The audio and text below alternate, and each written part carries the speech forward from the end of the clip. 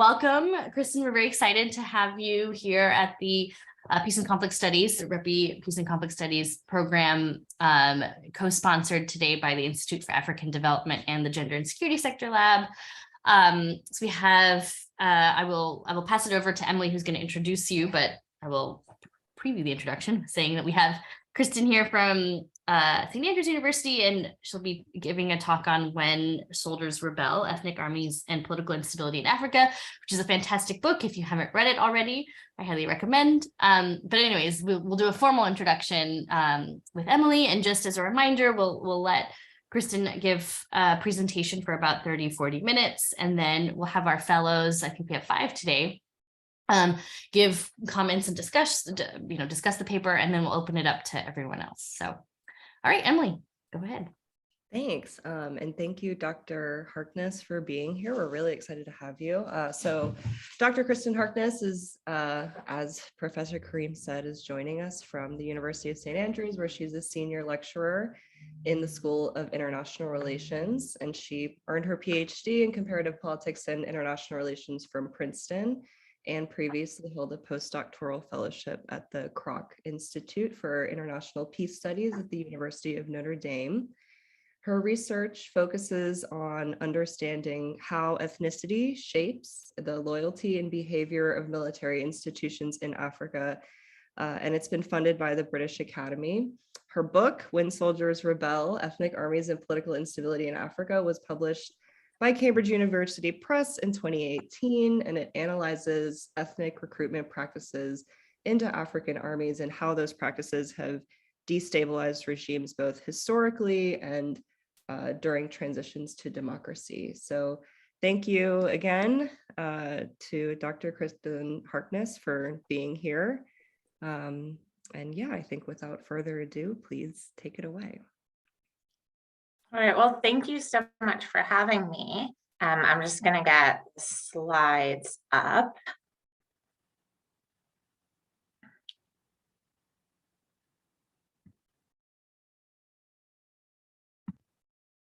Okay. So yeah, thank you so much for having me. I'm delighted to talk about this project, and I'm going to share some insights from the book, but also to talk a little bit about where I've gone from here in the intervening years. I didn't have actually much of a chance to talk about the book because the pandemic came in, and or to kind of go on the road with the book when the pandemic came in, and also that the paperback version got delayed a bit in coming out because of that. The bright side of that is that there's still kind of so that came out actually relatively recently, the paperwork. And at the end of this, if you like what you hear and you want to buy it, I will give you the discount code for the paperback. So at any rate, this was a project many years in the making. This was my dissertation, obviously, or not so obviously, but this was my dissertation work that I started quite some time ago, and then went through the process of substantially revising it as my first book. And the big question that I sought to kind of gain insight into, and the way that I framed the book is in this literature and in this question of why do ethnic groups rebel? Like, why do we see ethnic rebellion? When do we see it? And what are the factors that shape those dynamics? And the basic argument of my book, and it builds on a very large and long-standing literature. I don't want to underplay the contributions of that. But what I'm arguing in this particular book is that what we really need to look at beyond grievances and just having identity-based grievances is really the processes of creating or destroying, of undoing these big systems of ethnic privilege that are built within state institutions. And it's during those processes of either creating them or destroying them that we see a very heightened and grave risk of violence. And in the book, I take this argument, and I want it to be an argument that speaks more broadly across state institutions, across regions of the world. But of course, I can only take on so much in a single project. And so what the book does is it brings and it narrows this argument down and looks at how it unfolds and plays out within military institutions as a very vital state institution. And many have argued in the African context that sometimes the state is the military through much of its history, or that the military comprises an outsized portion of the state. And so it's really important to understand what is happening in these military institutions.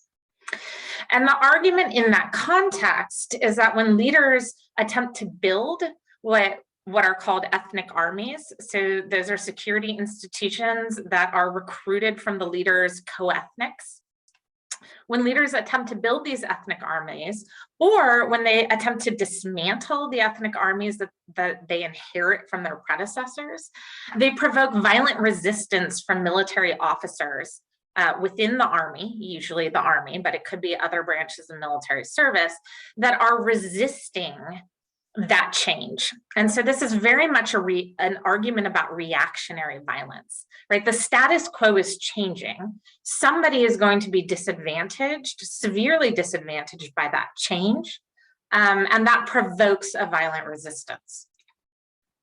What I think the key contributions the book makes are to kind of three literatures where my work sits in the intersection of. The first, and the way that I frame the book, is toward the ethnic violence literature, and that this argument helps us understand the timing and relative rarity of ethnic group rebellion. We have a lot of work out there that looks at ethnic exclusion and grievances, right? That's the Ethnic Power Relations Project, but also work on horizontal inequalities. We have a long literature going back many, many decades that highlights the importances of grievances. And what I'm saying is that those grievances exist. They're out there. Many groups experience them, particularly in the post-colonial world. And yet we only rarely actually see group violence. And so we need to hone in a bit more on the timing of that. And to me, that coincides with when these big systems of ethnic privilege are created or destroyed. And then that violence that you see as the new status quo is solidified and institutionalized, it dies down. And we don't get a just outcome, but we might get a stable, unjust outcome. I also speak to the civil military relations and military coup literature. Within African politics, there was a lot of work in the early 1960s and 1970s into the 1980s that really seriously considered ethnicity and ethnic politics as central to understanding African military relations.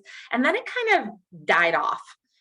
You saw a big surgence in quantitative literature on military coups, and there weren't measures or good measures of ethnicity, and particularly ethnic practices within military institutions. And so part of what I'm trying to do is bring that data in, create that data, and allow us to really seriously consider ethnic dynamics, again, within military institutions and civil military relations.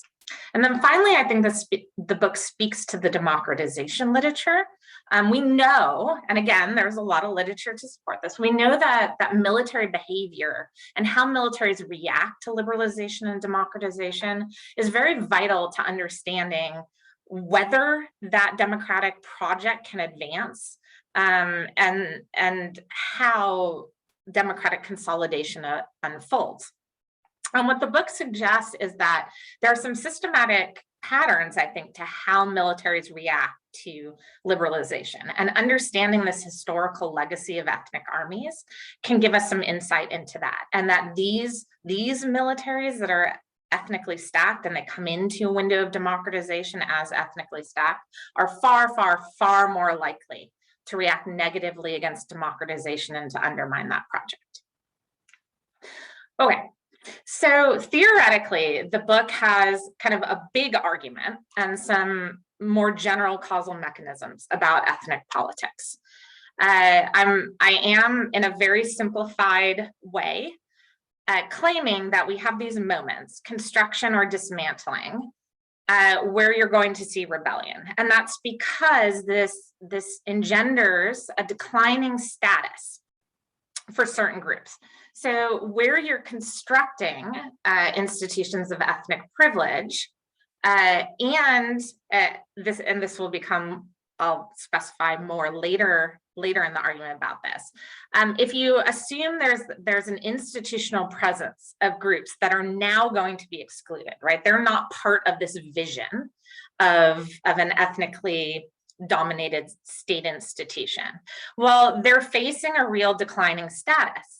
And they're likely to be motivated to resist that decline because they're about to be purged from these institutions.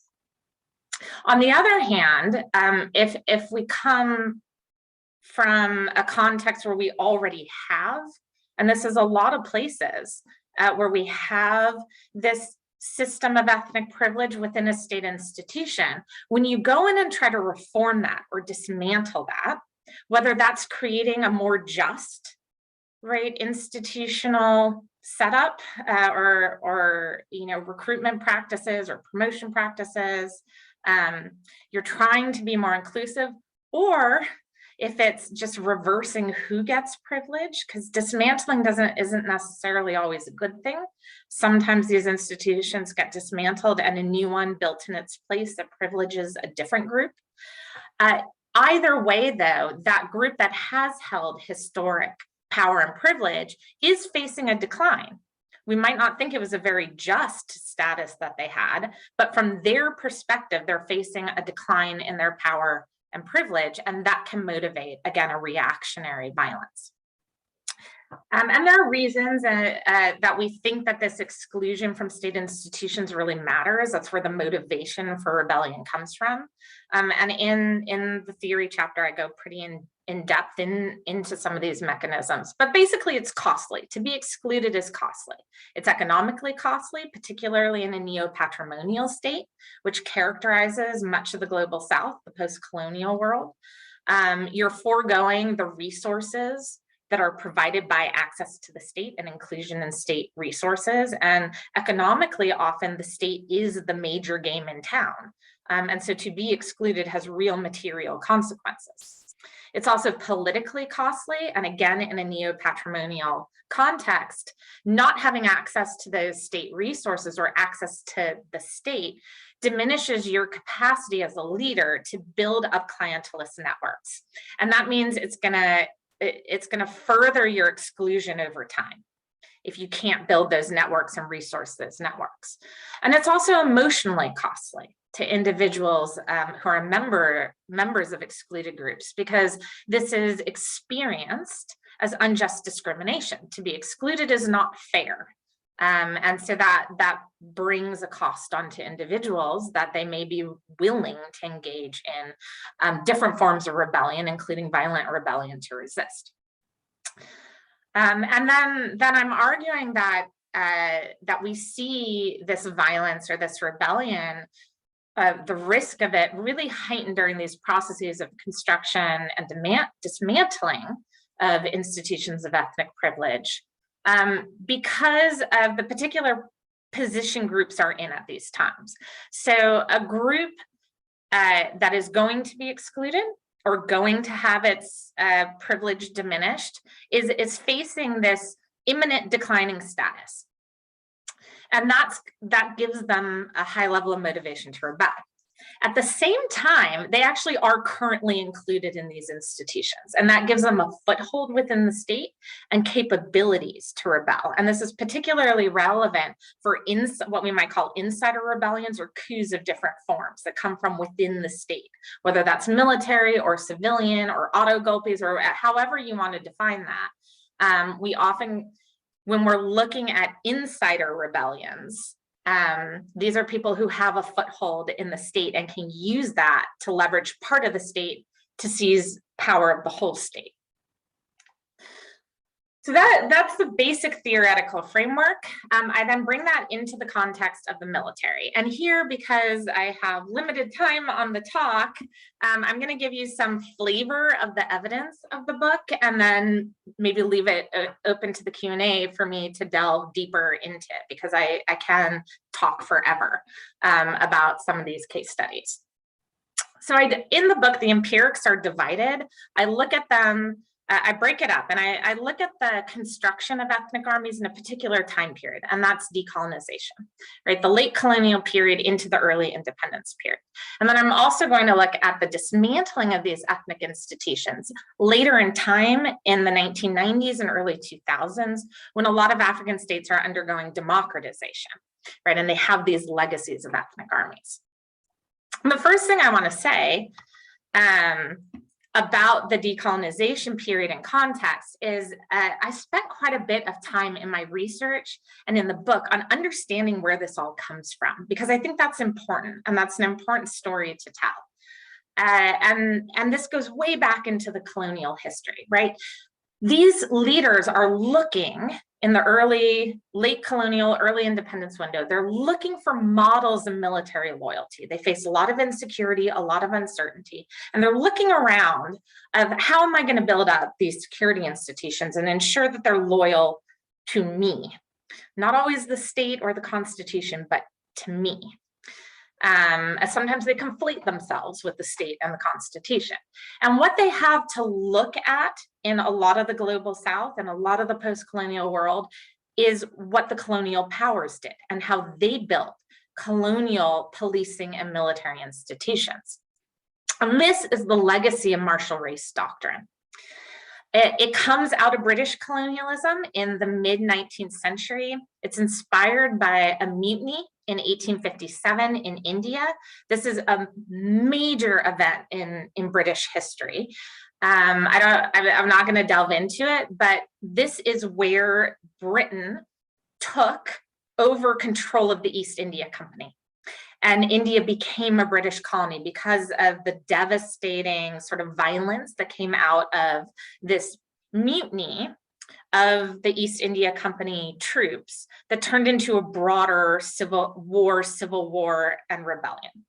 And what they, in the aftermath of that, their thinking became a belief that they had to be very careful about who they recruited into military institutions, and that they thought, that some ethnic groups were actually better suited to military service, and loyalty was tied up into this. This doesn't come from nowhere. The British military has a history at this point of excluding Irish Catholics from the officer corps, right? It comes out of their own history. But then they're going to apply this in the colonial context and to say, well, we're going to go out and we're going to just recruit what we call the martial races, the groups that are suited to military service and who are, as a part of that, an integral part of that is that they are loyal to the state and to the colonial state and to their service. This is then brought over into the African context by Frederick Lugard, who's the High Commissioner and then Governor General of Nigeria. He adds his own twists to it in the African context, and the main one of those is that he believes that politically strong groups, ethnic groups, should be militarily weak and vice versa. And this set of ideas that we call martial race doctrine, they become very embedded. They spread throughout Africa. They spread across colonial powers. It's not just the British. It gets adopted by the Belgians, by the French. It spreads throughout the world. And it does two things. It normalizes the idea that ethnicity is integral to military loyalty. And it leaves this debilitating legacy of split ethnic domination between military and political institutions, that at the time of independence, your militaries, colonial militaries, are dominated by one set of groups, and your civil service and political parties are dominated by other groups. And that sort of sets up a situation of conflict. This is a little bit of the statistical analysis that I do to try to support this argument that building up ethnic armies in this context, which a lot of leaders are choosing because of this model they've inherited of martial race doctrine, that we can see that this leads across Africa to more instability, to more soldier rebellion. So I've just got a little figure kind of summarizing that argument within this particular context. Basically, a leader comes in, they're making a choice. Am I going to build up an ethnic army, or am I going to have inclusive security institutions?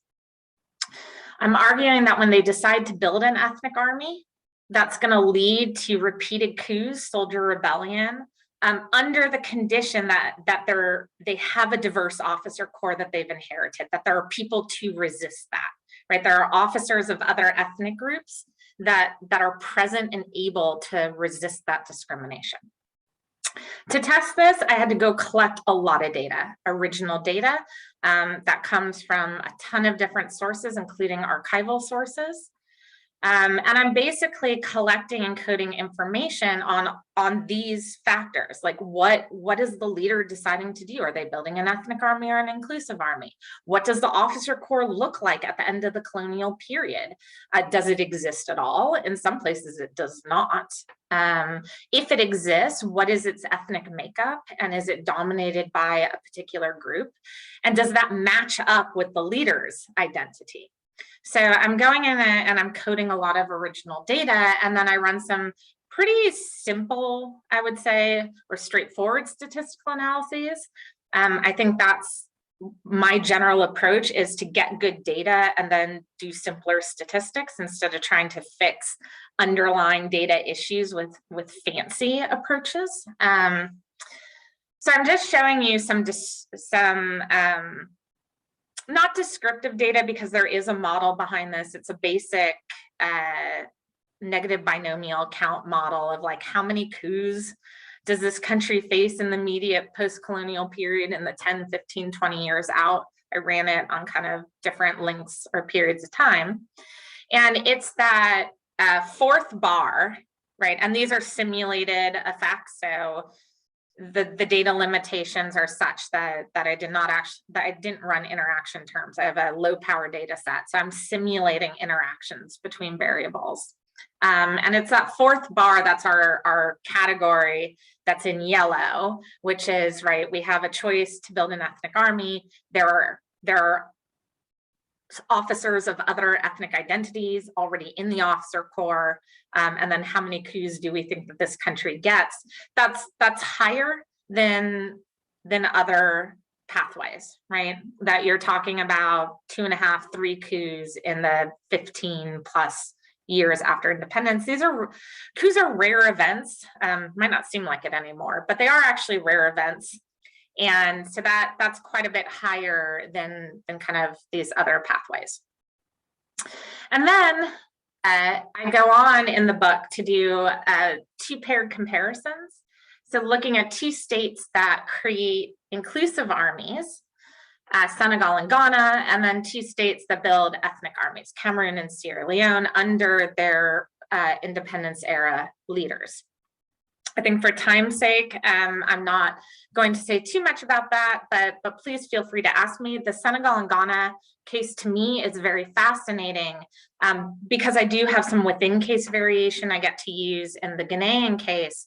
Under Kwame Nkrumah, who comes in as a committed nationalist, wants to build an inclusive army, faces a couple of assassination attempts in the early to mid 1960s, and then alters pathways.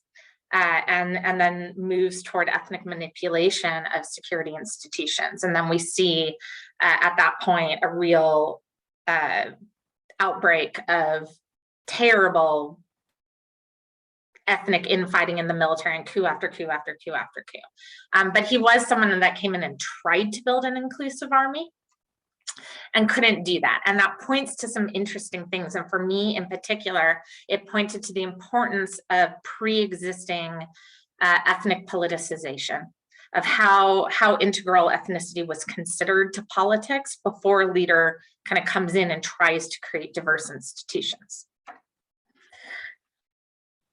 Where I wanted, I think, to spend a bit more time talking, but I'm probably going to have to skip over some of this, was in the democratization context. And so this is where we see leaders coming in, democratically elected leaders, who then face a real inheritance of these ethnic armies.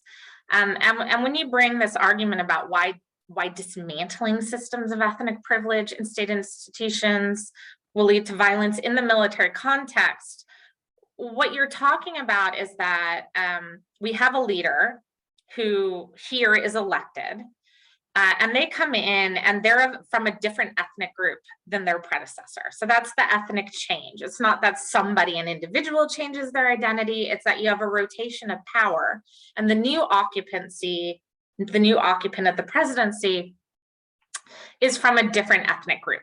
And again, it's this pathway in yellow of, okay, they're of a different ethnic group, but they inherit an ethnic army, and that army does not match their identity. And this creates a set of dynamics where either they're going in and trying to reform that military to make it more inclusive, to make it more diverse, or maybe to stack it with their own co-ethnics, or that army fears they're going to do that. And this sets off a pretty bad situation in the civil military relations of that country that are very likely to result in a coup attempt. Again, I went out and collected data on the factors that I needed to test this, and it's actually quite shocking. Where you have this situation, the yellow box again, where you have this after an electoral transfer of power, the leaders from a new ethnic group, they inherit an ethnic army, they get couped like 72% of the time. They get taken out. And that is devastating to democratization. And this is a dynamic we're seeing over and over and over again in the African context of this failure to democratize. And militaries are driving that. This is putting that in a regression model and modeling some of those. The descriptive effect is so strong, it doesn't go anywhere in the statistical modeling. So you can see that final set of bars, and these are just slightly different universes of cases. So the light and dark gray bars are the same model, just with a slightly different universe of cases, all constitutional transfers of power versus electoral only. Sometimes people resign or die in office, right? And that's where we have that ethnic change with ethnic stacking, and the coup rates are just so much higher than in kind of our other categories and combinations of what can happen on that change. I have a chapter in the book then that delves into this in a 3-case comparison of Nigeria, Benin, and Senegal. In the 1990s, I argue that these are countries facing very similar contexts in the post-Cold War period, with lots of donor pressure for liberalization. They're facing severe economic crises, government insolvency, imposed austerity measures. They've got mass protests and riots going on amongst their domestic population. So they're facing a similar set of pressures to democratize. There are important differences between the cases. I don't want to say they're the same. The two most important is that Nigeria has vast natural resource wealth, oil, and Senegal and Benin do not have that. Senegal also has a different history. They don't have coups in their history. They're governed by a one-party socialist state. They start partial liberalization a lot earlier, actually in the late 1970s. So they've got some history building up. So there are differences to keep in mind, but I still think they're a good comparison. This is the basic results of the case study. So in each of these two, we have, and I picked them because you have that change in the ethnic identity of the president of the country. So democratization, the elections of it, brings someone new in, doesn't share the ethnicity of the last authoritarian leader. But they have variance on whether there's an ethnically stacked military. In Nigeria, that is absolutely the case. In Benin, less so. It's a more complicated situation. It represents a middle ground. Ethnic groups aren't excluded from the military, but you have some discrimination in promotion practices that's going on. And it's very difficult to get up to the highest ranks, not impossible, but it gets difficult because of the social discrimination if you're not from the north of the country. And in Senegal, you have no history of ethnic stacking or discrimination, none that I could find at any rate. And then you have very different outcomes. In Nigeria, the elections are annulled. There's a coup, there's a return to military rule. In Senegal, you actually have strong military support for liberalization at the time. And the Senegalese military has key moments stood behind the democratic project and kind of put a halt to autocratization of presidents trying to overstep their term limits and extend their power. And in Benin, again, you get a middle ground, is that you get some resistance by rogue soldiers. They basically go AWOL from the military. They engage in a small campaign of terrorist attacks, of civilian targeting. Some bombs are set off, some gunfire is heard, those sorts of acts, small acts of violence and defiance, but it's very low level. It's not a lot of people, and it doesn't really ever threaten the democratic project. And they're not able to convince enough of the rest of the military to go along with any resistance or to stage a coup or anything like that. So I think for time's sake, I'll breeze through. I wanted to give you a little bit of a picture of some of the case study details of Nigeria, because I think that's a really fascinating case, and this is the one that goes awry. The basics are that this international and domestic pressure lead the president, General Babaginda, to begin a controlled period of democratization. That takes a while. He delays and delays and delays. And finally, in 1993, you get presidential elections. There are two candidates. Bashir Tofa is the military's favorite. He actually, during his campaign, publicly advocates for the military to remain in power, which is a bit weird. For a presidential candidate to say, no, really, you stay in charge. And he's also shares his ethnic identity with the upper echelons of the Nigerian officer corps. He's from the Northern Hausa group, from, even the Hausa heartland of Kano. The other candidate is Mashoud Abiola. He wins the primary for the center-left party. He's a very wealthy man. He's from the Southern Yoruba group. He's got a media conglomerate he runs, and he's been using his newspapers to criticize the military regime, not their favorite candidate. In June of 1993, the presidential elections are finally held. They're deemed free and fair, both by domestic election monitors and foreign election monitors. No one finds any evidence of systematic fraud, not anything that would have impacted the outcome.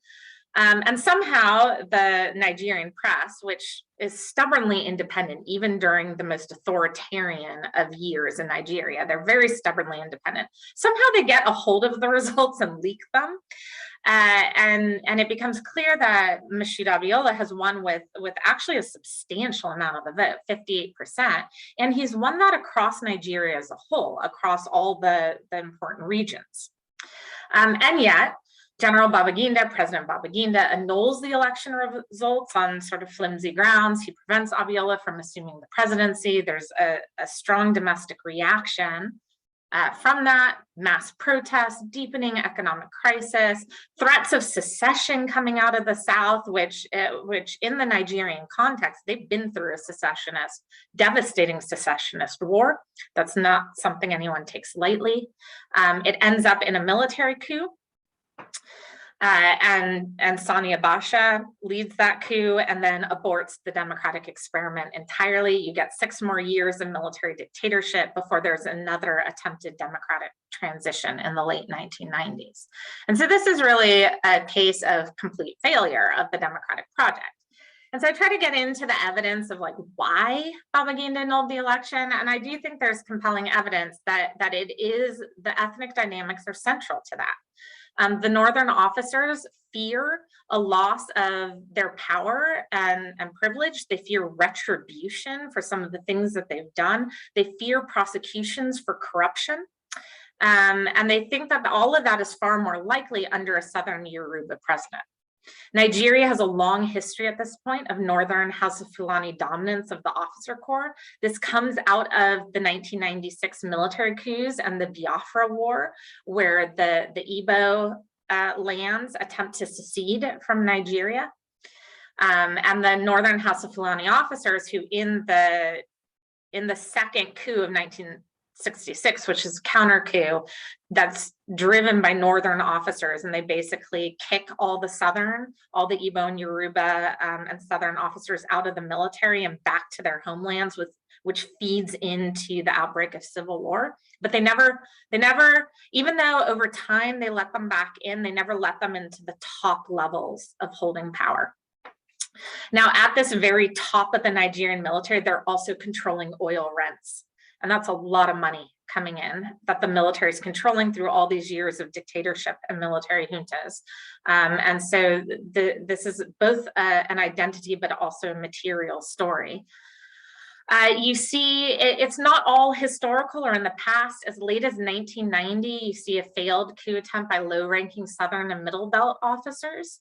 And this results in further purges and executions, right? Extrajudicial executions of non-Northern soldiers. And so there's a really recent history of bloodshed that the Northern officers are fearful of what's going to happen to them if they're kicked out of power.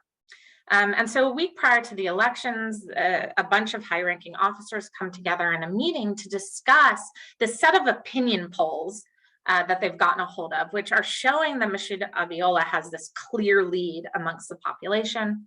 And it's basically at that meeting that they decide he is far too strong and independent to be a, quote, good partner in the democratic transition, right? He's not going to uphold the military's power and privilege and allow them to sort of escape from the consequences of this history that they have. So just in conclusion, the book is arguing that it's this construction and dismantling of systems of ethnic privilege that are really central to understanding struggles over political stability in Africa and potentially more broadly across the world. I try to argue that Africa really needs inclusive security institutions. Everybody needs inclusive security institutions. There are a lot of reasons why we want that. They're normatively desirable. There are all sorts of pernicious consequences if you have security institutions dominated by one group in society, and there's a lot of really exciting research coming out on those effects. And you also need it to consolidate democracy and to prevent future coups and reactionary violence against democratization. But I think if my book shows anything, it's that type of restructuring is deeply threatening to ethnic armies, and it's a dangerous and difficult task to successfully conduct. I just want to put one plug in for where I have gone from here, because the book came out originally a while ago. And after the book came out, and I had done my data collection in these two contexts of decolonization and democratization.